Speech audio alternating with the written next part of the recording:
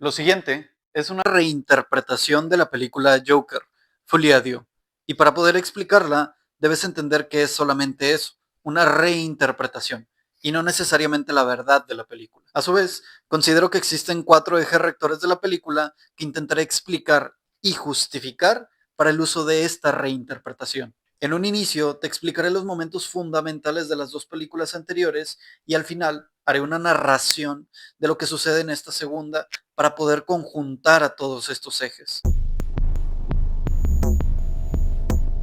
Un musical es conocido por ser un género de películas en los que la narrativa de la misma se basa en una combinación de canciones, diálogos y coreografías con el fin de expresar los sentimientos o pensamientos de los personajes. En mi opinión, desde la primera película ya tenemos un musical. Sin embargo, no es tan evidente como en esta segunda. Todo el tiempo durante la película se mezcla música de fondo para ambientar las escenas, pero también existen ocasiones en las que los actores interpretan canciones o simplemente bailan. Un ejemplo claro de esto es la escena del metro en la primera película. Después de que estos 3 hombres perturban la calva de la mujer, observan a Arthur por su destacada carcajada. Previo a comenzar a perturbarlo a él, ellos comienzan a cantar.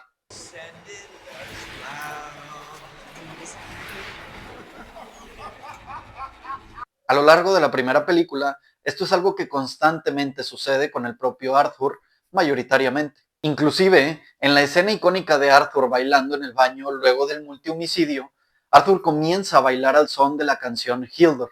Pero, si lo pensamos, esta canción no está sonando. Si le quitásemos la melodía y viésemos a Arthur bailar, sería un tanto extraño, pues es una tonada que solo él escucha, y el fin de bailar solo es para hacer más llevadero el acto que justo acaba de cometer.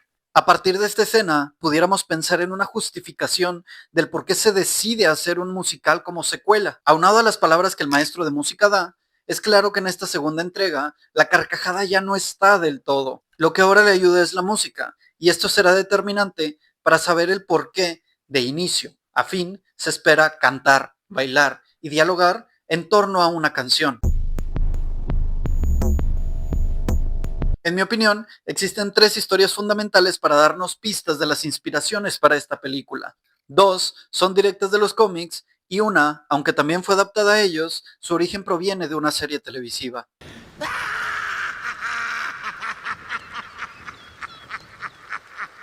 En este cómic se explora la relación entre Batman y el Joker, teniendo una de las historias de origen del segundo.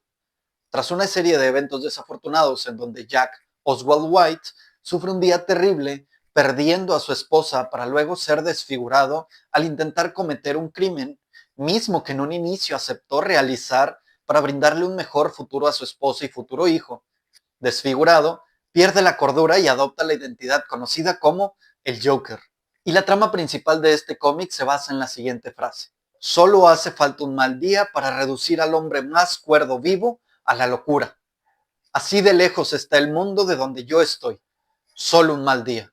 En mi opinión, la narrativa de este cómic es la que se utiliza en esta primera película para cautivar al público. Un niño que fue abandonado por sus padres biológicos para luego pasar a ser adoptado por una pareja con grandes problemas mentales. Siendo el padre un pedófilo y la madre una psicótica delirante, Arthur pasa a ser presa de constantes abusos sexuales, físicos y psicológicos, y con ello, él intenta buscar ayuda a servicios sociales, y no solo no confían en lo que dice que vivenció, sino que ahora lo devuelven nuevamente a este hogar de donde estaba siendo presa de constantes abusos. La madre, harta de ver llorando a Arthur y de sus intentos constantes de suicidio, le cuenta una historia que, sin saberlo ni esperarlo, lo dota de sentido. Esta historia es fundamental en toda la trama, por lo que es importante que la recuerdes. Para cerrar, en el presente de Arthur, un payaso sin gracia, que constantemente vive abusos de sus compañeros de trabajo, su madre, su jefe y la sociedad en sí, no sin antes tener como principal abusador al sistema gobernante,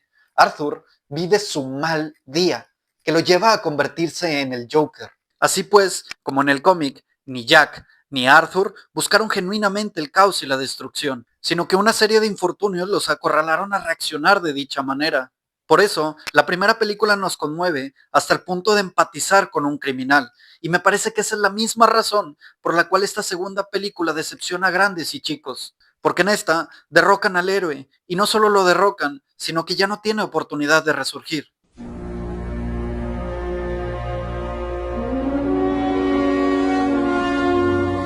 Siendo uno de los episodios icónicos de la serie Batman The Animated Series, para luego ser convertido a cómic, en él se explora el origen de Harley Quinn y su relación enfermiza con el Joker. La historia se centra en Harley y cómo pasó de ser la psiquiatra Harleen Quinzel, dedicada al tratamiento de los internos de Arkham Asylum, a convertirse en Harley Quinn, la devota y caótica compañera del Joker. Harleen es una psiquiatra que, textualmente, menciona: siempre me han atraído las personalidades extremas. A raíz de esto, ella busca internarse voluntariamente. Casualmente esto también pasa en la película. En el manicomio de Arkham, para conocer más de estas personalidades. Aunque existen muchas celdas con distintas personas, quien más la atrapa es el Joker. Esa misma noche, no sabemos cómo, pero Harleen encuentra una rosa con una nota en su habitación que fue dada por el Joker. Va a buscarlo a su celda, comparten un par de palabras y, sin saber cómo, el Joker ya conocía el nombre de Harleen y ahí mismo le invita a modificarlo a Harley Quinn por el parecido que tiene con el de Arlequina. Y para nada es casualidad pensar en esta sugerencia que le hace el Joker a Harleen con ese nombre. El Arlequín es una figura clásica del teatro de la comedia. Surgió en Italia, en el siglo XVI. En esa tradición, el Arlequín es un personaje cómico, generalmente un sirviente astuto, pero torpe, que emplea su ingenio y astucia para superar las adversidades, a menudo al servicio de sus amos y en competencia con otros por el amor o la riqueza. Retomando el episodio, me parece fundamental entender que todo el tiempo se nos está diciendo que nunca sabremos cómo el Joker consigue toda la información que posee, y mucho menos cómo puede movilizarse dentro de un hospital, o en su defecto en esta película, en una prisión. Cuando Harleen logra, después de 3 meses de insistir, concretar una entrevista con el Joker, lo que éste hace es contarle una historia que, en general, se tiende a creer que es una de inicio del Joker. Sin embargo, esto es esencial para saber qué puede ser la historia infantil de Harleen y lo explicaré un poco más adelante. Mi padre me golpeaba muchísimo. Cada vez que hacía una travesura, ¡bang! A veces solo estaba sentado ahí, sin hacer nada y de repente, ¡bum! Mi viejo tomaba mucho alcohol. Solo una vez vi a mi padre realmente feliz. Fue con un payaso. Pero al final, el payaso es golpeado por quienes no comprenden. En psicoanálisis existe un concepto llamado transferencia, que, a grandes rasgos, se puede definir como la reactualización de los sentimientos del pasado con los del presente. Esto se le puede atribuir a lo que los pacientes o analizantes pueden llegar a sentir sin saber el por qué al ver o interactuar con su psicólogo o psicoanalista. Bien, el mismo caso se aplica a la inversa para el psicoanalista o el psicólogo, y el concepto es conocido como contratransferencia. Harleen, al escuchar la historia del Joker, no actúa neutralmente como se debe de hacer siendo un psicólogo, o una psiquiatra en su caso, sino que se conmueve, lo comprende y enternece con él, no porque sienta empatía hacia él, pues ser neutral no significa no empatizar. Se enternece porque la historia de su vida ha sido contada por alguien que ya desde hacía tiempo le interesaba y sin saber el por qué. Incluso podemos pensar que esa relación terapéutica se había roto desde hacía tiempo, pues en una parte del capítulo vemos cómo el Joker pasa a ocupar el lugar de Harleen como psiquiatra y Harleen el del Joker como paciente. Bien, ahora pensemos en la situación del cómic, pero adaptada a la película. Lo primero que tenemos que pensar es que Harleen nunca ha sido quien manipula, siempre es la manipulada. Incluso cuando en esta segunda película se nos muestra que ella es la mente maestra y quien manipula a Arthur, no podemos ni debemos dejar de lado la función del Arlequín, la función de Harleen, que es llevar a cabo los deseos de su amo. Uno que, como en el cómic, nunca conocemos a profundidad. ¿Cómo sabe las cosas que sabe? ¿Cómo se mueve dentro de la prisión? Lo que puede causar fuera de ella, y no precisamente porque él sea quien lo hace, sino porque hay otros que, inspirados en él y su locura, llevan a cabo sus deseos. Entonces, introduzco una pregunta que me parece será fundamental. ¿Quién pudiera ser ese prisionero que hiciera que Harley llevara a cabo todos esos planes para intentar cimentar la personalidad del Joker en Arthur? O, dicho de otra forma, crear a un nuevo Joker.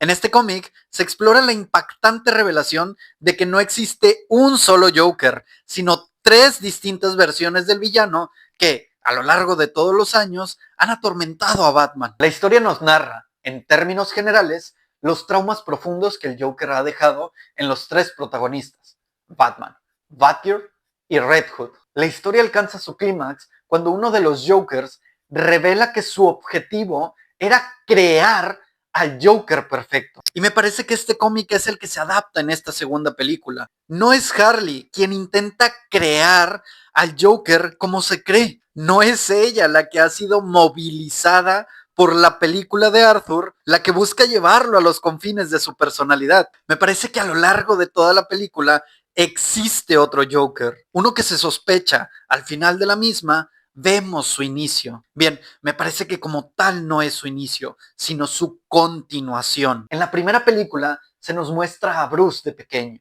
el futuro Batman. En la segunda, a Harvey Dent, el futuro Dos Caras. Y se teoriza que también se nos muestra al futuro Joker. Bien, creo que no es el futuro, sino que es quien todo el tiempo, junto a la adaptación del episodio Mad Love, es quien moviliza a la psiquiatra Harleen a convertirse en Harley y a buscar crear al Joker perfecto.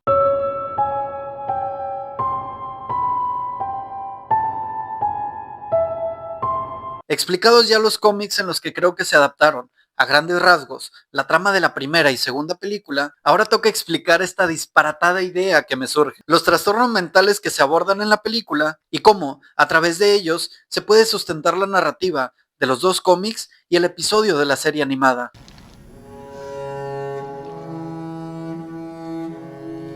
A lo largo de toda la película anterior, se nos vino presentando, sutilmente, la posibilidad de que Arthur no solo fuera Arthur, sino que también pudiera ser alguien más, en este caso, el Joker. En esta segunda entrega, esto se busca confirmar desde el inicio, en ese pequeño cortometraje. Arthur todo el tiempo está luchando con su sombra, pero esta sombra tiene algo particular, y es que puede tomar el control de la vida de Arthur para actuar según le parezca mejor. Teniendo esto en cuenta, tenemos que regresar un poco para intentar entender cuándo se formó el trastorno. En la primera película, se nos dice que la madre de Arthur fue una psicótica delirante, alguien que estuvo internada en un hospital psiquiátrico. Arthur pasa a ser un niño adoptado por ella, y mucha parte de la infancia de Arthur la describen como una en la que el padre adoptivo abusaba sexualmente de él, y la madre lo permitía. Incluso en el juicio se hace mención que servicios sociales, cuando volvió a tener a Arthur con ellos y luego de que él les confesara todo lo que sufrió, nunca le creyeron. Y no solo no le creyeron, sino que lo regresaron a ese hogar de donde constantemente era violentado. Ese puede ser uno de los parteaguas para poder pensar en el trastorno de identidad disociativo en Arthur. Y a esto se le suma una supuesta condición neurológica, o lo que yo llamo la carcajada. Durante la primera película, vemos que Arthur se carcajea descontroladamente y, para justificarlo, solía dar tarjetas a las personas. En ellas se describía una condición que estaba causando lo que observaban, su carcajada. Bien, esto se puede considerar como un efecto pseudovulvar, y de aquí me surgen 2 teorías. La primera justifica que el efecto pseudovulvar es una enfermedad cerebral que se caracteriza por episodios de llanto o risa repentinos, descontrolados y fuera de lugar, y algunas de estas causas pueden llegar a ser trastornos mentales, daños neurológicos o traumatismos cráneoencefálicos. Podríamos justificar que el TID es el trastorno que desencadena el efecto pseudovulvar. También pudiéramos sustentar que Arthur nació con daños neurológicos, lo cual no determinaría con total certeza dicho problema y tampoco podemos asegurar si así fue. Y pudiéramos finalizar hablando de las golpizas que recibía o, por su nombre técnico, traumatismos cráneoencefálicos. Sin embargo, acá quiero introducir mi teoría, La segunda, basado en un principio psicoanalítico que después se verá corroborado en la segunda película del Joker. Freud, en su teoría de la represión y el trauma, sugirió que los síntomas físicos pueden surgir como resultado de la represión de emociones y experiencias traumáticas. Cuando el yo no puede procesar el trauma de manera consciente, puede desplazarlo, un mecanismo de defensa, a través de síntomas físicos. Entonces, al Arthur no poder tolerar la tormentosa realidad de abusos constantes, el efecto pseudovulvar o las carcajadas pasarían a ser un mecanismo de defensa que le permiten afrontar socialmente su angustia. Esto sin tener que verbalizarla o hablar de ella. Lo mismo sucede con la música y el cantar. Son desplazamientos que Arthur utiliza para poder tolerar esto angustioso. Ahora, alguna de las características para el diagnóstico del TID está estrictamente caracterizado por la diferenciación de dos o más identidades o estados de la personalidad que toman el control del comportamiento de la persona en momentos distintos. Las lagunas de la memoria, como información personal y o eventos traumáticos, también son parte del diagnóstico. Teniendo en cuenta esto, haré una breve descripción y justificación de mi perspectiva en base al trastorno. A la personalidad de Arthur, que todo el tiempo era cohibida, la llamaremos Happy. Recuerden la historia que Penny le cuenta a Arthur. A la personalidad de Arthur, que todo el tiempo era segura, la llamaremos Joker. Gracias a Murray. Por una parte, Happy era diestro, mientras el Joker es zurdo. Happy es alguien manipulable, débil, alguien lábil. El Joker, en cambio, es alguien fuerte y seguro, un líder. Happy se muestra con una corporalidad retraída, en posiciones fetales y miradas hacia el suelo, mientras que el Joker posee una corporalidad recta y firme, miradas frontales y retadoras. Happy, por otra parte, respeta las normas y reglas sociales, es temeroso de las consecuencias, en fin, un buen ciudadano, mientras que el Joker rompe toda regla y conducta social sin temor a las consecuencias, un anarquista.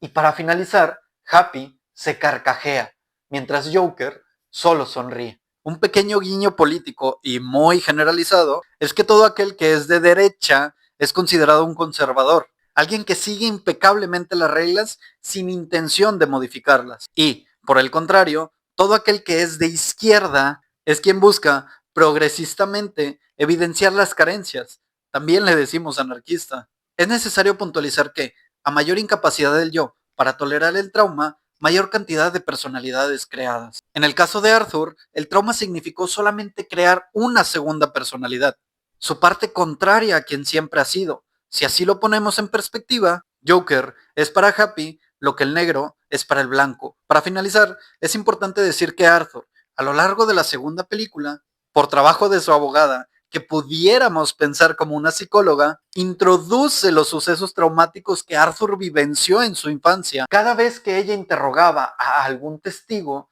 su interrogatorio se sustentaba a partir de esos hechos traumáticos, mismos que Arthur reprimió por su calidad de intolerables.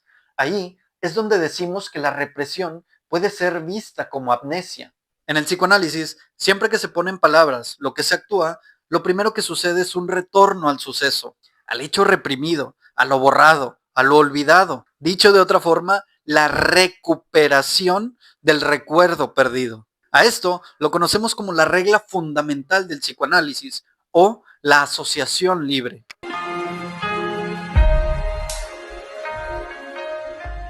En tendencias actuales, se cree que Harley ha tomado la iniciativa de ser o hacer, cosa que no se había visto antes o solo se había abordado luego de ser manipulada por el Joker. A partir de esta visión social, se cree que, progresistamente, se le está buscando empoderar a un personaje olvidando sus orígenes. Pues bien, esto me parece totalmente erróneo. Harley ha tenido muchas facetas, con lo cual no es posible identificar una característica en particular. Sin embargo, una de las más comunes asociadas con ella es la dependencia que tiene hacia el Joker. Harley siempre ha sido movida por el otro. Ha hecho de su deseo el deseo del otro. Y a partir de esto, Harley vive con un constante miedo y terror a ser abandonada, que la lleva a tolerar abusos constantes del Joker. O, en un caso un poco antiguo, y el primero que pudo haber vivido, su padre. teniendo en cuenta la descripción pasada sobre el episodio Mad Love, donde describí el origen de Harley, ella todo el tiempo parece estar buscando cumplir sus deseos, movilizar a Arthur para que él haga lo que ella quiere. Lo busca y le dice que es fan de él por su película que vio un montón de veces, lo cual es falso. Le cuenta una historia de origen, casualmente una muy similar a la que ella le contaron, también falsa. Le dicen que la van a separar de Arthur, puesto que puede ser un mal ejemplo, también falso. Incluso le llega a decir que se embarazó de él, lo cual también me parece que es falso. Entonces, Harley, con un montón de mentiras, busca convencer a Arthur, haciendo que deje de tomar sus medicinas, como pasó en la primera película, pero por una razón distinta. Le da el maquillaje para que pueda caracterizarse, tiene relaciones sexuales con él, en fin, todo el tiempo busca motivarlo a convertirse en Joker y dejar de lado a Happy. Pero esto nunca ha sido por sus propios motivos, porque siempre ha sido movida por los motivos del otro, por los deseos de alguien más, por un personaje que se muestra todo el tiempo durante la película, pero en segundo plano. Alguien que se muestra hasta el final. Un prisionero sin aparentemente nada de relación, ni con Arthur, y mucho menos con una psiquiatra interesada en estudiar las personalidades más extremas, que en algún punto se ve movilizada por conseguir el amor de un perseguidor, un violentador, o, dicho de otra forma, un psicópata. ¿Recuerdan el chiste al final de la película?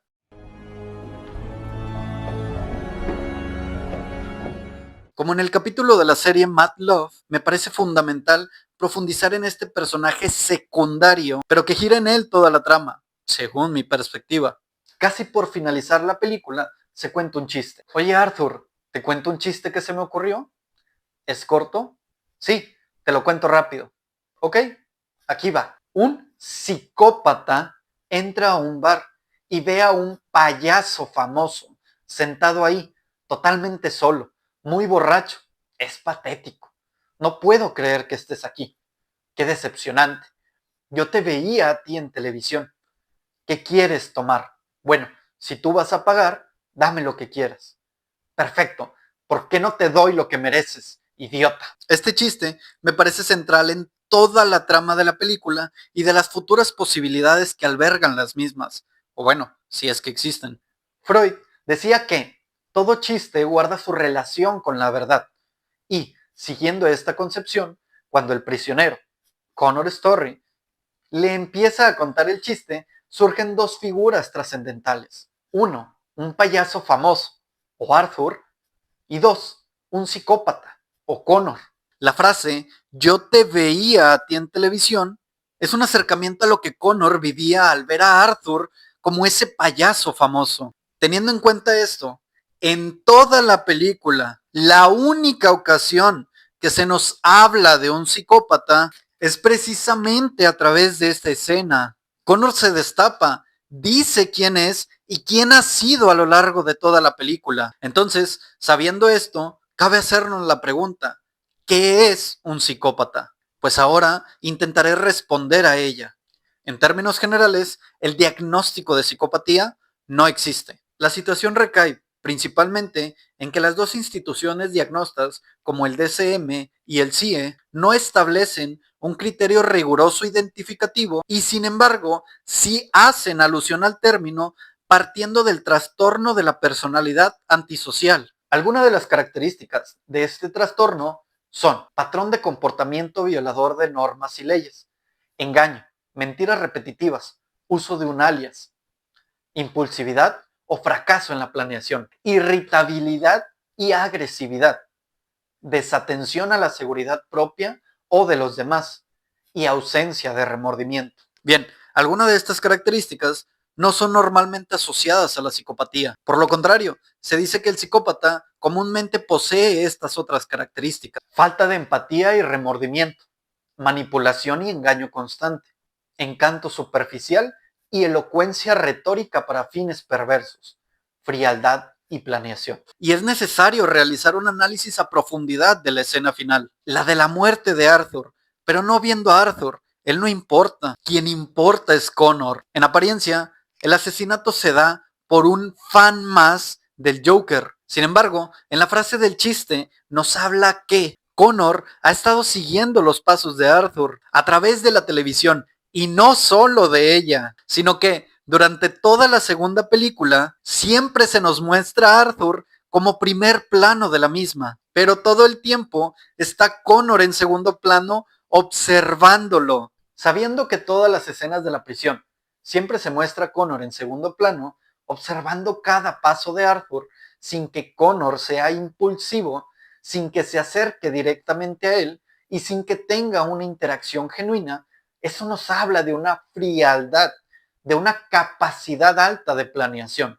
Una espera atenta a que surja lo que tanto espera, que se convierte en un Joker, como Connor ya lo es, pero no lo demuestra. Ahora, el encanto superficial, es claro que Arthur, para el final de la segunda película, se le nota inexpresivo. En ese intercambio de palabras, Connor convence a Arthur de esperar, contándole un chiste, algo que sabe que Arthur disfruta. Logra que Arthur no se dirija a su objetivo, sino que lo desplace para darle atención al de Connor. En ese aspecto, se presenta la elocuencia para fines perversos, o lo que yo nombraba como la retórica. Cuando Connor convence a Arthur con las palabras adecuadas, mismas que ha podido estudiar a lo largo de toda la segunda entrega, pues bien, ahora Connor asesina a Arthur al no ser quien esperaba fuera. Un fin que no tiene sentido, aparentemente. Un fin que deja más preguntas que respuestas. Y me parece, nuevamente, que no es un dictamen de inicio de personaje, sino una continuación. Los asesinos seriales, cuando ya son considerados así, se sabe que existe un modus operandi, lo cual se entiende como un patrón de conductas aprendidas que puede variar en el tiempo, pero que es constante en diferentes delitos cometidos por el mismo sujeto. Aunado a esto, se encuentra la firma.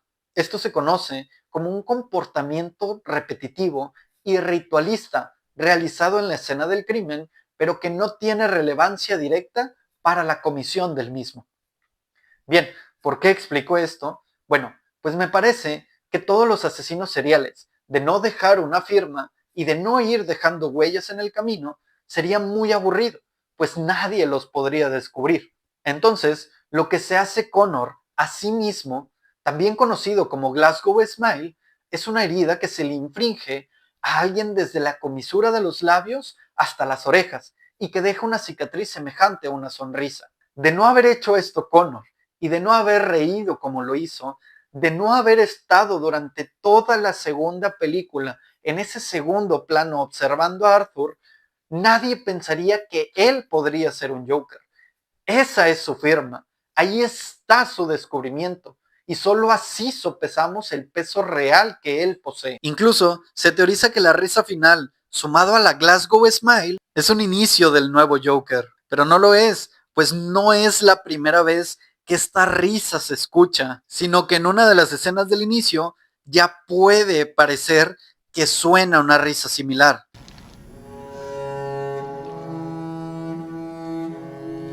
Para concluir, el trastorno más importante, el que lleva por nombre la segunda película y en el que se basará toda la narrativa de la misma, desde el inicio hasta el final. Así que para esto, primero un poco de contexto. Folie à deux, conocido por el término en francés que significa locura de dos, y se refiere a un trastorno raro en el que dos o más personas comparten los mismos síntomas delirantes, también se le puede conocer como trastorno psicótico compartido. Y, como con la psicopatía, este no es un trastorno establecido y diagnosticable como tal. Algunos de los parámetros con que se puede reconocer dicha definición son los siguientes. El primero es una relación estrecha y dependencia emocional. Los afectados suelen tener un vínculo muy cercano y uno de ellos suele depender emocionalmente del otro, lo que facilita la transmisión de ideas delirantes. 2. La separación como tratamiento. Una característica distintiva del tratamiento es que al separar a los individuos afectados, la persona influenciada suele perder los síntomas psicóticos, mientras que el individuo original o el primario los conserva. Si bien es común pensar que Harley es la psicópata de quien Arthur se ve influenciado, de quien se crea y establece una relación de dependencia emocional y que, al separarlos, Arthur pierde sus síntomas. Pero es necesario establecer que Harley no es una psicópata. Ella no es el tipo de personalidad que domina, sino que, como ya lo planteé, es una dominada. Y todo esto va a concluir en la demostración de quién es el psicópata. Para esto, debo explicar el por qué introduje el término de modus operandi con Connor. Si bien el modus operandi va cambiando y mejorando con el tiempo, para así hacerse más habilidoso el perpetuador, este puede llegar a crecer tanto como para no tener que ser el actor material de los hechos, o, dicho de otra forma, quien comete los crímenes. Ese modus operandi puede hacerse tan efectivo que el perpetuador pasa a ser el actor intelectual, o, dicho de otra forma, quien convence a los otros de cometer los crímenes por él. En toda la segunda película es Harley quien comete los delitos. Es ella quien, cometiéndolos, espera convencer a Arthur de cimentar esa personalidad del Joker en él. Ella es quien comete los crímenes, pero un verdadero psicópata no necesitaría actuar para convencer. La mera palabra basta para hacerlo. Y Harley no logra convencer por la palabra a Arthur. Y una característica definitoria de que Harley no es la psicópata que convence a Arthur de cometer crímenes está precisamente dada en que Arthur ya había cometido crímenes sin la necesidad de que alguien más le dijera o indujera a que lo hiciera. Por ende, lo que Harley quería era solamente que Arthur dejara atrás a Happy y se volviera Joker. Entonces, habiendo escuchado el chiste de Connor y autonombrándose él mismo como psicópata, es completamente comprensible que Connor sea el Joker, el actor intelectual, quien convenció a la respetable psiquiatra de introducirse en el hospital para tratar a un nuevo paciente, a Arthur, quien la convenció de que lo indujera a convertirse en Joker y dejar atrás a Happy. Era Connor quien constantemente veía la relación de Harley y Arthur en segundo plano siempre, cauteloso, escondido, frío y calculador, porque una psiquiatra por sí misma no fue capaz de cometer crímenes y solo lo hizo hasta que se vio influenciada por alguien, y ese alguien, en mi opinión, no es Arthur.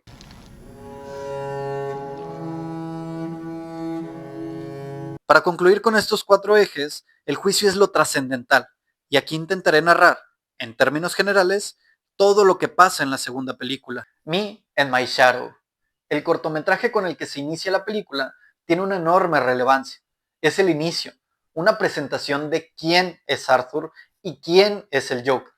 Desde aquí, es necesario que sintonicemos ese mismo corto con las personalidades que ya narré antes. Happy como el payaso que intentaba hacer reír a los demás, pero no lo conseguía y constantemente era violentado, mientras Joker era el payaso que violentaba y conseguía constantemente la aprobación de los demás. Este cortometraje va a ser fundamental entenderlo porque al final de la película se repite, no directamente como una fantasía del propio Arthur, sino como una realidad. Avanzando un poco en la trama, ingresamos a la prisión donde se encuentra Arthur.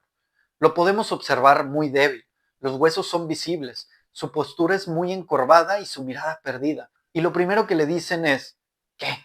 ¿No vas a contar un chiste? Haciendo alusión a que lo único que esperan de él es precisamente que se vuelva un Joker. Ya nada más en el primer traslado de todos los prisioneros, seguimos viendo a Arthur en un primer plano, pero se nos presenta Connor, quien se detiene a ver a Arthur caminar.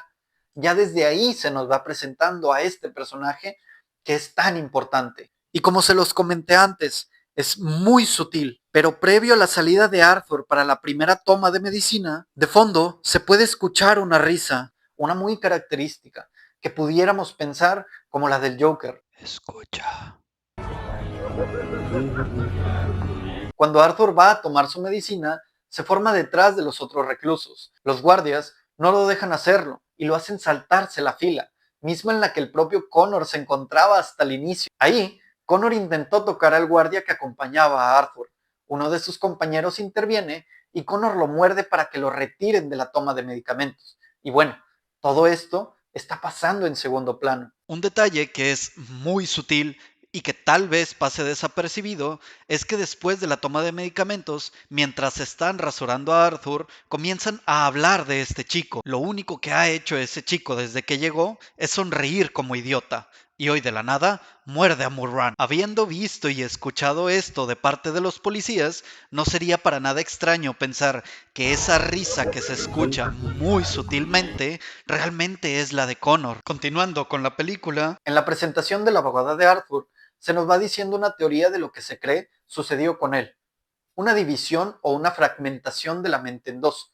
Alguien que cometió los crímenes en lugar de Arthur, situación que desencadenará toda la trama del juicio.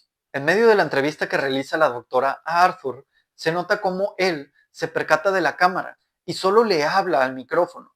Sin embargo, esta escena es a Happy a quien vemos, un diestro y cohibido sujeto que lo primero que dice recordar del evento con Murray es la música. Acá hay algo muy importante, y es que Arthur entabla que recuerda ver a Murray junto a su madre, para luego decir que la escuchaba en su cabeza todo el tiempo. Y claro que lo hará, si su vida está sustentada a partir de ella. Siguiendo en la película, un prisionero se acerca a Arthur y le dice, ¿tú me vas a besar? Los guardias dicen que nadie besa mejor que el Joker. Esta frase de alguna manera sustenta lo que les he venido diciendo, que Happy sigue las reglas. Cuando escucha que los guardias son quienes lo mandan a pedirle que lo bese, no tiene otra más que aceptarlo y hacerlo. Y bueno, el cigarro. Termina fumando con la mano derecha y en la escena del inicio vemos a Arthur en posición fetal. Continuando con la trama, está la introducción al aspecto musical con las siguientes palabras del maestro. En esta clase usamos la música para sentirnos plenos, para equilibrar las fuerzas en conflicto, las fracturas en nuestro interior. Solo le pido que cante. Y me parece que aquí se justifica el uso del musical como transmisión del arte en la película. El equilibrio de fuerzas en Arthur está dado a partir de una batalla interna que todo el tiempo oscila entre Happy y Joker. Esas fracturas a las que se refiere el maestro son las fracturas que provocaron la división de Arthur cuando niño. En secuencia a esto, se presenta Harley como Lee. Aquí se entabla una conversación entre Harley y Arthur del por qué se encuentran ahí. Arthur dice haber matado a 5 personas y una de ellas en cadena nacional. Y bastó que Harley dijera, incendié el edificio donde vivían mis padres para que Arthur le confesara su sexto crimen. Ya desde aquí notamos lo que les decía en comparación del por qué creo que un verdadero psicópata solo necesita de las palabras para movilizar a alguien más.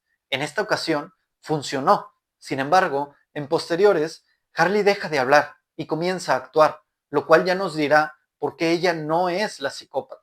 Luego de la presentación de Harvey Dent y los comentarios del por qué buscarán la pena de muerte en el caso de Arthur, este último empieza a cantar For Once in My Life, canción que relata los hechos previos con Harley, y no vistos como la primera vez que alguien cree en él, tampoco como la primera vez que alguien le da un propósito, sino vistos como una tercera ocasión en las que alguien le da un propósito. Primero, la madre con esa historia que ya luego contaremos. Después, Murray con ese nombramiento del Joker. Y por último, en la actualidad, Harley. Y bueno, creo que se irá haciendo costumbre, pero en esta misma escena, Connor se encuentra al final de todos, viendo directamente a Arthur, estudiándolo, y podemos notar una perversidad en su sonrisa.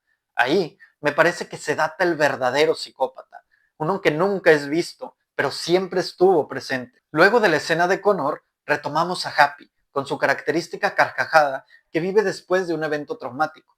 Ahora, el anuncio de la búsqueda de la pena de muerte. Continuando con la película, Harley lleva al acto la historia que antes contó. Incendié el edificio de mis padres. Ahora ha incendiado el edificio del ala psiquiátrica, y esto me parece que lo hace solamente para intentar convencer a Arthur de una huida, no necesariamente de la prisión, sino del propio Happy, abandonar esa personalidad, huir de ella y asentar al Joker, sacándolo de esa prisión mental en que lo mantiene Happy. Dentro de la celda en que privan a Arthur y luego de su intento de huida, Harley entra para decirle a Arthur que la enviarán a casa porque él es una mala influencia para ella, pero lo dice solamente para poder justificar su estancia durante el juicio. Cuando Arthur intenta besarla, Harley no permite que lo haga hasta que no se convierte en Joker, y para ello lleva maquillaje. Acá podemos pensar en el fetichismo de Harley y cómo solamente podría aceptar estar sexualmente con Arthur en el estricto papel del Joker y no de Happy. Le pide que suspenda su medicina para que Arthur cierre diciéndole que ya lo ha hecho y cierren teniendo relaciones sexuales. En la siguiente escena, y previo a una entrevista que le realizarán a Arthur, en un diálogo con la abogada, ya podemos notar una actitud más tranquila en Arthur, con un poco más de seguridad. Y esto cierra con Arthur fumando con la mano izquierda. Acá tenemos a Joker. Empieza la oscilación entre una personalidad y otra. Incluso la abogada le dice, es tu oportunidad de mostrar tu otra faceta, que el público vea quién eres en realidad y no deberías fumar. Creo que te hace ver arrogante. No eres el Joker, eres Arthur Fleck. Acá, la abogada se percata de manera adecuada que se le nota más seguro al propio Arthur.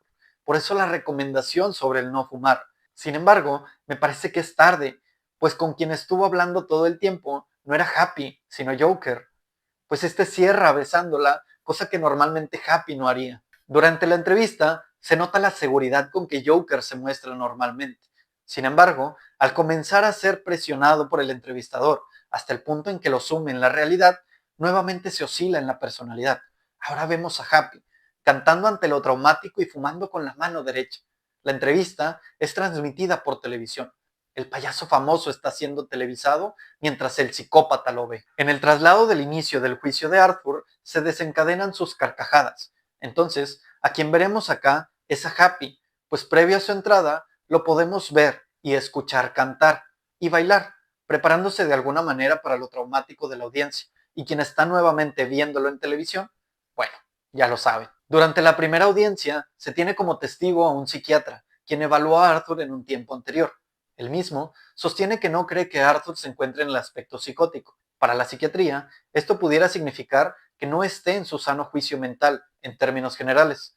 Incluso piensa y concluye que Arthur finge su padecimiento mental, pero luego argumenta que Arthur posee 4 desórdenes y los nombra de la siguiente manera: depresión crónica, egocentrismo y narcisismo, aislamiento y falta de empatía hacia los demás. Y acá me parece muy acertado el juicio del psiquiatra, pero también me parece que carece de algunos elementos sustanciales. Claro que Arthur posee estas 4 condiciones por llamarlas de alguna manera, pero habría que especificar más quién es el que las sufre.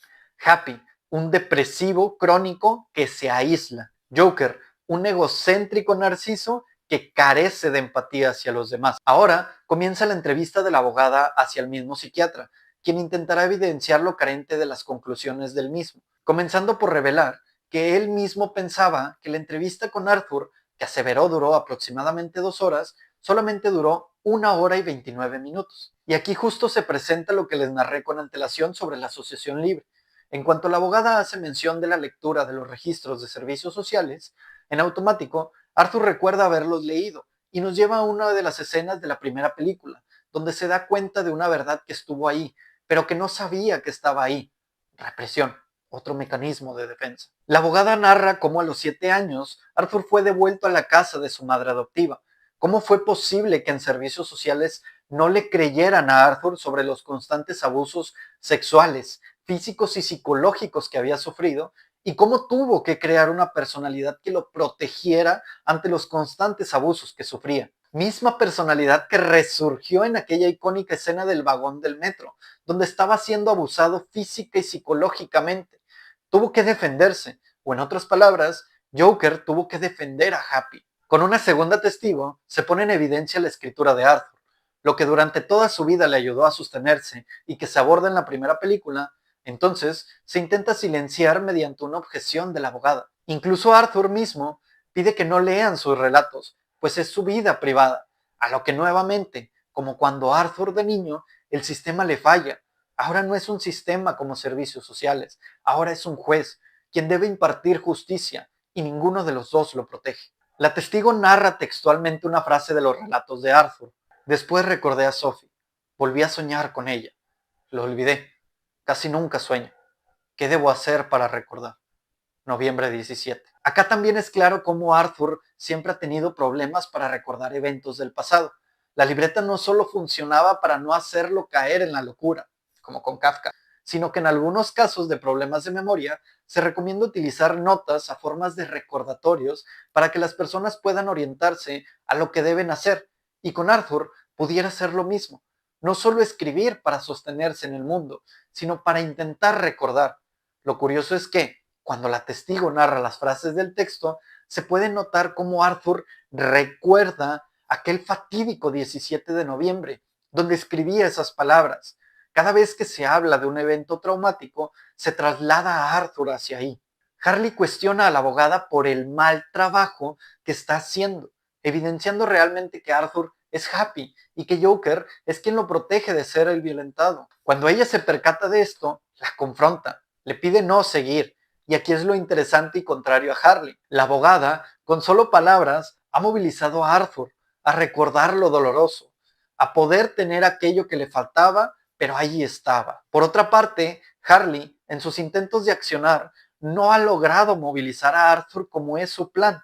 En una siguiente escena, Arthur discute con su abogada por Harley. Él la defiende diciendo que es la única que lo conoce. Le narra la historia que ella le contó sobre su padre y cómo su madre la internó. Para esto, la abogada le responde con la verdad. Ella no creció en el mismo vecindario que él. Su padre no se murió. Es un médico. Y ella se internó voluntariamente en el ala psiquiátrica, para finalizar preguntándole si le mencionó que se graduó con especialidad en psiquiatría. Esto para cerrar diciéndole que ella lo ve como un bufón o como un Joker. Acto seguido se muestra un acto musical. Bueno, les cuento que ante tal evento traumático, Arthur canta o baila para tolerar esta verdad. El acto musical que Arthur fantasea es con la canción To Love Somebody, la cual, en su coro, intenta argumentar cómo aquellos que no son cercanos a una pareja no pueden entender cómo es amar a esa persona. En mi opinión, esta canción la canta Arthur para defender a Harley de su abogada y la no comprensión hacia su amor. Incluso, en algún momento de la fantasía, Harley deja de prestarle atención a Arthur para que, en un intercambio de palabras, Harley le diga, démosle al público lo que quiere, que Happy muera, que Joker viva. En una visita de Harley a Arthur, él la confronta pidiéndole la verdad, para que ella termine diciéndole que tiene razón su abogada, o al menos los argumentos que dio. Harley rivaliza con la abogada por controlar lo que Arthur piense. Como nada funciona, termina diciéndole que está embarazada, cosa que para nada es buena para Arthur, pues comienza a cantar. Lo curioso es que hasta ahora la música se ha abordado como una forma de contención para las crisis de Arthur, pero para Harley, la música fue el primer acercamiento que tuvo con Arthur. A partir de eso, cada vez que nota en Arthur un malestar, comienza a cantar, como una forma de relacionarse más con él, no como una forma de contenerlo en crisis. Continuando con la trama, ahora se entrevista a la testigo Sophie, la antigua vecina de Arthur, primero con Harvey, en su búsqueda de sustentar la maldad en él. A su vez, simbólicamente, vemos más cerca a Harley de Arthur en el juicio, no solo en la audiencia, sino en su pensamiento. Cuando la abogada interroga a Sophie, la cuestiona sobre aquella ocasión en que Arthur irrumpió en su apartamento, lo mismo que Harvey hizo, pero desde una perspectiva distinta. La abogada cuestiona a Sophie sobre lo que pasó luego de que ella le pidiera a Arthur que saliera de su apartamento esa noche, a lo que ella responde con que Arthur le dijo haber tenido un mal día para luego irse. La abogada resalta con una pregunta que Arthur no dañó ni amenazó ni a ella ni a su hija para que Sophie lo confirme. Luego, la cuestiona si creía que era el mismo Arthur de aquella noche en el apartamento, la noche de Murray. Sophie se limita a decir que no, pues estaba vestido de payaso. Consecuentemente, sigue una parte fundamental de toda la trama y vida de Arthur, el pasado entre él y su madre, abordado desde un interrogatorio. Ella me dijo que notaba que había algo raro en Arthur y que vivía en un mundo de fantasía, que tenía esa risa. Le dijo que tenía una risa tonta, así la llamaba. Ella inventó una historia cuando él era niño, para que pudiera sentirse mejor, para que no llorara o para que no se quitara la vida. ¿Cómo era la historia? Que él había venido a la tierra para traer alegría o algo así, por eso lo llamaba Happy. Le parecía increíble que hubiera moldeado su vida en esa historia inventada. Era un payaso callejero y quería ser un comediante. ¿Se burlaba de él por hacer eso? Le parecía ridículo que él pensara que hacía reír a la gente, porque Arthur no era para nada gracioso. La escena continúa con una fantasía de Arthur. Empieza a cantar The Joker por Shirley Bassey, y esta escena será trascendental para el final del juicio. Debemos tener presente todo lo que hace, incluso desde que toma el banquillo, junto con un micrófono, como lo hará al finalizar el juicio. Arthur vuelve a la realidad luego del acto musical y, cuando está a punto de comenzar a carcajearse por el dolor, en ese momento Happy abandona el control y entra Joker, lo protege y despide a la abogada, porque quien lo atacaba en su juicio mental siempre fue ella. La abogada tuvo una doble función en el juicio de Arthur. Por una parte, ante la sociedad, la abogada estaba convenciendo al juez y jurado con sus interrogatorios y argumentos de que Arthur tiene una doble personalidad. En el juicio legal, la abogada estaba consiguiendo su objetivo ante la sociedad. Por otra parte, ante Arthur, la abogada desentrañaba zonas reprimidas de su mente, recuerdos que se creían borrados, lo trasladaba a cada evento traumático y hacía que se enfrentara a esos recuerdos dolorosos. En el juicio mental, la abogada estaba destruyendo a Arthur. Cuando Arthur despide a su abogada, el público en general de la audiencia salta en júbilo, vitoreándolo. Lo mismo sucede cuando regresa a prisión. En cuanto todos lo ven, se dejan llevar por sus emociones y comienzan a cantar y gritar, seguido de tirar las cosas a su alrededor. Todos bailan en el caos, menos uno. En una nueva escena, ahora Arthur está caracterizado de payaso para un nuevo interrogatorio. Gary, su antiguo compañero de trabajo y quien presenció uno de los asesinatos del Joker. Aquí, Arthur se defiende ahora, intenta ser gracioso frente a la audiencia, pero nos percatamos que es Happy quien no tiene nada de gracia. Cuando Gary habla de su sentir sobre aquel día y lo doloroso que fue para él, lo increpa diciéndole que él fue el único que lo comprendió y no se burló de él. Fue Arthur quien pudo ver en Gary alguien que sufría como él mismo. Para esto, Arthur grita pidiéndole que ya no hable Gary, puesto que lo confronta con Happy y pone en evidencia a Joker. Incluso, en la fantasía de Arthur, casándose con Harley, del lado de ella, las damas de honor, o quienes normalmente serían las personas más cercanas a la novia, aparecen 3 mujeres, y por parte de Arthur, los caballeros de honor, solamente aparece Gary. Cuando Arthur vuelve a prisión, luego de esta audiencia, y habiendo dicho no permitir ser violentado más por los guardias ni por nadie, en el desgarro de la ropa de Arthur, este le dice que les dará lo que quieren, chistes, y les dice lo siguiente: déjame contarte un chiste sobre mi madre. Ella solo salía con tipos muy abusivos, y un día le pregunté, ¿por qué sigues saliendo con tu novio el matón? Porque muero por él. Si bien podemos analizar la gracia de un matón como alguien que mata y así encontrar lo risorio del chiste, también pudiéramos pensar en por qué la madre permitía que su pareja abusara de Arthur cuando era niño y por qué nunca le puso un alto. Y me parece que una posible explicación de esto que sucedió hace años está dada a través de la propia Harley. Como una mujer que hace hasta lo imposible por no perder el amor de un Joker, o, dicho de otra manera, el amor de un violentador, por no quedarse sola, incluso morir por él, o, en este otro caso, matar por él. Y ahí el porqué de tanta sincronía en el amor de Arthur hacia Harley. Cuando Arthur es violentado en la prisión, otros prisioneros intentan demostrar su simpatía.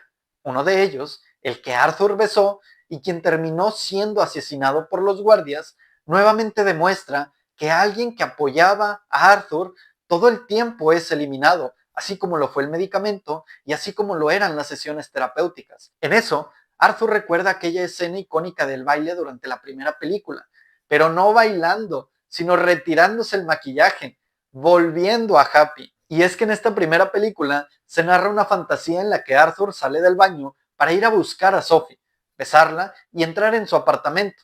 Sin embargo, la única realidad es que Arthur solo se desmaquilla. La función de Joker solo es defender, no movilizar.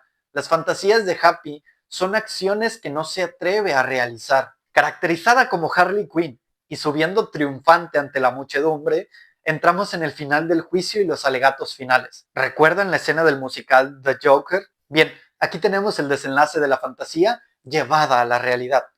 Arthur tomando un micrófono, acto seguido, tomando un banquillo y viendo las cámaras. Cuando Arthur se sienta en el banquillo con el micrófono en la mano frente a las cámaras y fumando con la mano izquierda, es a Joker a quien estamos viendo. Pero cuando el juez le dice la siguiente frase, le recuerdo, este lugar no es un club de comedia, no está en el escenario. Arthur mira fijamente a las cámaras en un silencio abrupto, que es interrumpido por las palabras del juez para preguntarle si necesita tiempo. Arthur se sincera, oscila del Joker a Happy y dice lo que tenía planeado hacer. Quería venir aquí como Joker. Tenía la intención de estallar en ira y culparlos a ustedes y a todo el mundo por esta vida miserable. Pero esto no importa porque ya no puedo más con esto. No puedo ser quien ustedes quieren que sea. Todo fue una fantasía. El Joker no existe. Soy yo nada más. Asesiné a 6 personas. Desearía no haberlo hecho, pero lo hice. Nadie sabe, pero también maté a mi madre. Solo quiero mandar todo a volar y después empezar una nueva vida. Y bueno, todo esto sucedía mientras veíamos a Connor saborearse el éxito, disfrutar de lo que hasta ese momento creía sería la creación de un Joker perfecto entre la destrucción total, y sin embargo, no lo fue. Luego de que Arthur termina con su alegato de clausura, con decepción, Harley encabeza la huida de quienes deseaban ver a Joker, y solo se dieron cuenta que siempre fue Arthur, o Happy, y cierra con un grandioso chiste. Toc toc. ¿Quién es? Arthur Fleck. Arthur Fleck, ¿qué? Me parece hermoso porque acepta que no es el grandioso Joker que todos veneran y odian por crear un gran conflicto social y a su vez acepta todo lo doloroso que ha sido su vida. Ahora ya no queda Happy, ya no queda Joker, solo queda Arthur. Pero, ¿qué será de Arthur si el payaso ya no le da sentido a su vida? Ya no es el payaso Happy que buscaba hacer realidad la misión que la madre le dio, la misión de venir a la Tierra a traer paz y alegría, pero tampoco es el payaso Joker, quien a través de la constante violación a las normas sí conseguía el vitoreo del público que Happy no lograba, pero irónicamente siendo aquello con lo que no estaba de acuerdo con ser, y es que él solo lo hizo para poder defenderse de estos acontecimientos que traumáticamente iban mermando la vida de Arthur. Y en el transcurso de hacerlo, otros se identificaban con este accionar. Entonces, regresando al chiste, ¿Arthur qué? O, dicho de otra forma, ¿quién soy? Luego de esto, Arthur pide hablar con Harley por teléfono, y desde aquí, la música ha sido resignificada para Arthur. Ya no es solo un cantar para tolerar la frustración, ahora es un cantar para vincular, como lo que Harley trataba con él. Ahora él le canta a ella, no solo para intentar soportar el hecho de que ya no esté, sino para restablecer o intentar restablecer el vínculo que desde el inicio los unió, la música. Ante el veredicto del jurado, se dictamina la culpabilidad de Arthur, quien, al escuchar esto y saber que lo que sigue es su muerte, regresa a la carcajada. Acto seguido, la sala explota. Sucede lo que Arthur quería. Se mandó todo a volar. Vemos el guiño de Harvey Dent con media zona de su rostro desfigurada y el posible inicio de dos caras.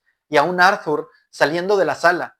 Justo en esa escena se retoma el cortometraje del inicio. Arthur es caracterizado como la sombra, alguien gris y sin color, con ese traje que poseía, y al mismo tiempo se encuentra con alguien lleno de color, vestido como el Joker, quien lo arrastra con él. Lo sube a un auto en donde el payaso indica dónde hay que ir. Es el Joker quien tiene el control del vehículo, o metafóricamente, del cuerpo. Y es Arthur quien está relegado en la zona posterior del vehículo o del cuerpo. Y, en lugar de permitir que sea el Joker quien mantiene el control, al escuchar sus planes de quemar la ciudad junto con una risa característica, Arthur huye, toma el control y sale corriendo. Joker lo persigue, pero, simbólicamente, ya no lo alcanza, no tiene más poder sobre Arthur. En las características escaleras de la primera película, donde Arthur descendía a la locura, ahora asciende, como en un acto simbólico hacia lo que la primera película abandonó, hacia Happy. Y casualmente es Harley a quien encuentra. La invita a construir esa montaña y Harley le niega para decirle, teníamos una fantasía y tú te rendiste, no iremos a ningún lado. Arthur replica diciéndole ser él quien cometió todos aquellos actos de los que ella se enamoró, y ella le recuerda que no existe Joker, por tanto no le importa Happy. Harley cierra cantando That's Entertainment, mientras que él le pide no hacerlo, pues ya no es necesario cantar, y, al final, lo abandona para ser nuevamente encarcelado. Por último, Arthur es llamado a la sala de visitas, y es Connor quien lo sigue de cerca, como durante toda la película. La escena es ya conocida.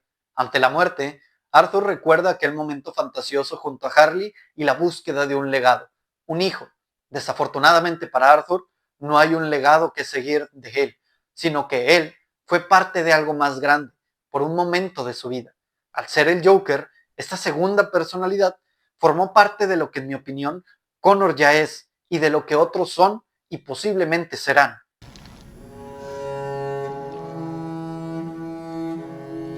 Para concluir con esta interpretación, creo conveniente, como en el inicio, separar por ejes y puntualizar adecuadamente lo que extraigo de cada uno de ellos.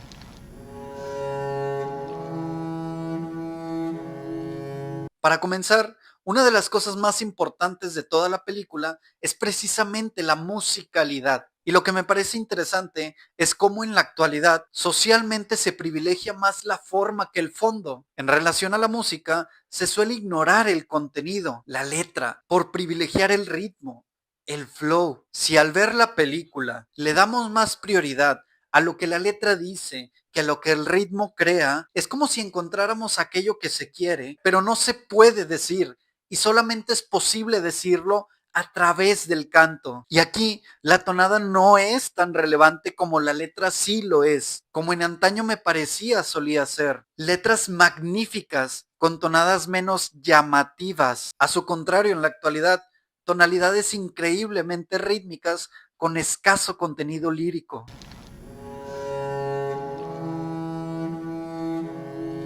Es claro que, tanto la primera película de Joaquín Phoenix como la segunda, tratan a profundidad el tema de la salud mental desde una perspectiva que, a partir de su trastorno, puede movilizar a grandes grupos de personas, y no necesariamente porque así lo quiera, sino porque pone en evidencia las grandes carencias del sistema. Por ello, es importante no solo hablar de la salud mental en el aspecto cotidiano de ir a terapia, sino de nuestro rol como terapeutas. En nuestra profesión, no existe una supervisión directa y explícita a menos que se trabaje en una institución o que bien se busque de manera privada y particular esta supervisión. Pero incluso teniendo esta supervisión, cabe la posibilidad de cometer errores. Ya lo vimos en la película. Es importante considerar cómo tratamos a las personas que acuden con nosotros a terapia, percatarnos del sufrimiento y tener la suficiente capacidad de ayudar en tanto nos sea posible. Y esto independientemente de la rama terapéutica con la que se trabaje. Y claramente, recordarle a la población en general que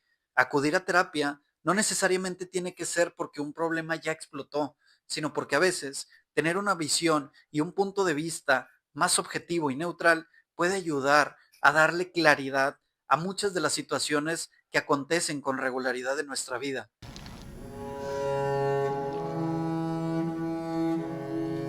El gran señalamiento que se le hace a los órganos públicos gubernamentales y lo carente que pueden llegar a ser, con estructuras carentes en lo arquitectónico, por tener lugares demasiado pequeños, en lo profesional, por tener profesionales mal capacitados con sueldos escasos, y en lo social, con una imagen empobrecida, por precisamente ese pésimo servicio que se ofrece por un bajísimo presupuesto ofrecido por los gobernantes, y cómo el Joker de Arthur funciona como ese señalador, como ese anarquista que evidencia lo rota que está la sociedad en conciencia, propia y del otro. no hay que dejar de lado el rol que tenemos como individuos para poder pensar en una terapia que nos ayude a lidiar con los altibajos de la vida.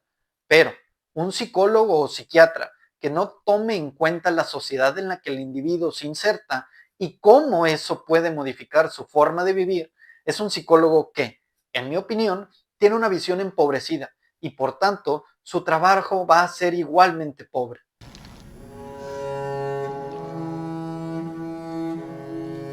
Actualmente, la película está siendo castigada como una de las peores. La crítica hizo de esta película como una de aquellas que no es buena en lo absoluto.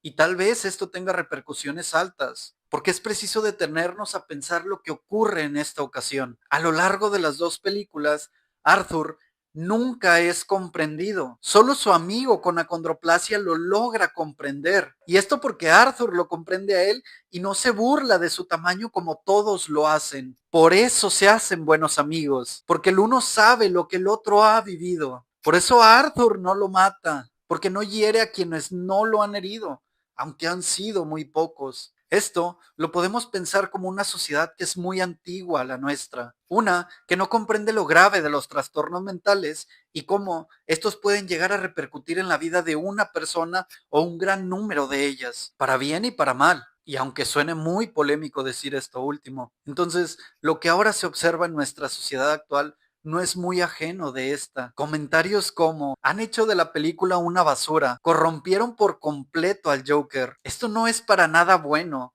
y un musical que no sirve para nada. Entre otras cosas, estos han sido los comentarios que, en términos generales, más he visto. Entonces, el punto es exactamente el mismo. Resaltar cómo ahora se puede llegar a desprestigiar una gran y profunda historia por no recibir lo que queríamos recibir. Arthur no solo recibe en escena el desprestigio, ahora lo recibe fuera de ella. Al no ser el Joker que todos esperaban ver en la película, todos lo abandonan. Y esto irónicamente sucede también fuera de la película. Cuando no obtuvimos lo que quisimos, todos lo abandonaron en los cines. La crítica lo destruyó.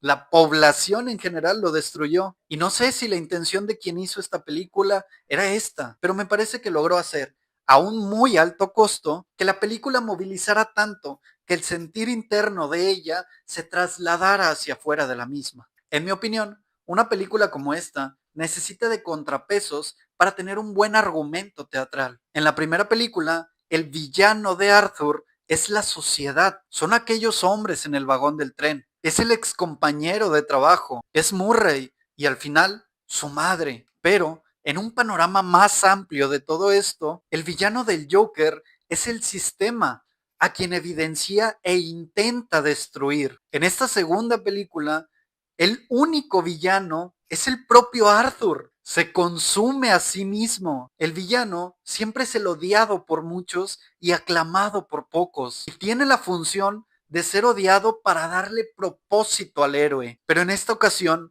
nuestro héroe se convirtió en su propio villano. Para finalizar, claro que se puede argumentar que entonces la película no debió de haber sido del Joker, sino que pudo haber sido de cualquier otra trama psicológica, que esto no tiene nada que ver con los superhéroes. Y bien, a esas personas yo les diría lo siguiente: la propuesta de DC me parece que es muy arriesgada, pero que en el futuro muchas personas se darán cuenta de lo importante que fue hacer esto. El verdadero Joker, el psicópata que todos esperan y desean, fue quien movió los hilos durante toda la segunda película. Fue quien convenció a una prestigiada psiquiatra de movilizar a cabo todos sus delirios. La hizo convertirse en una villana. La convenció de inmiscuirse en la cárcel para hacerse pasar como una paciente más y tratar de convencer a Arthur de cimentar esa personalidad del Joker. La llevó a mantener relaciones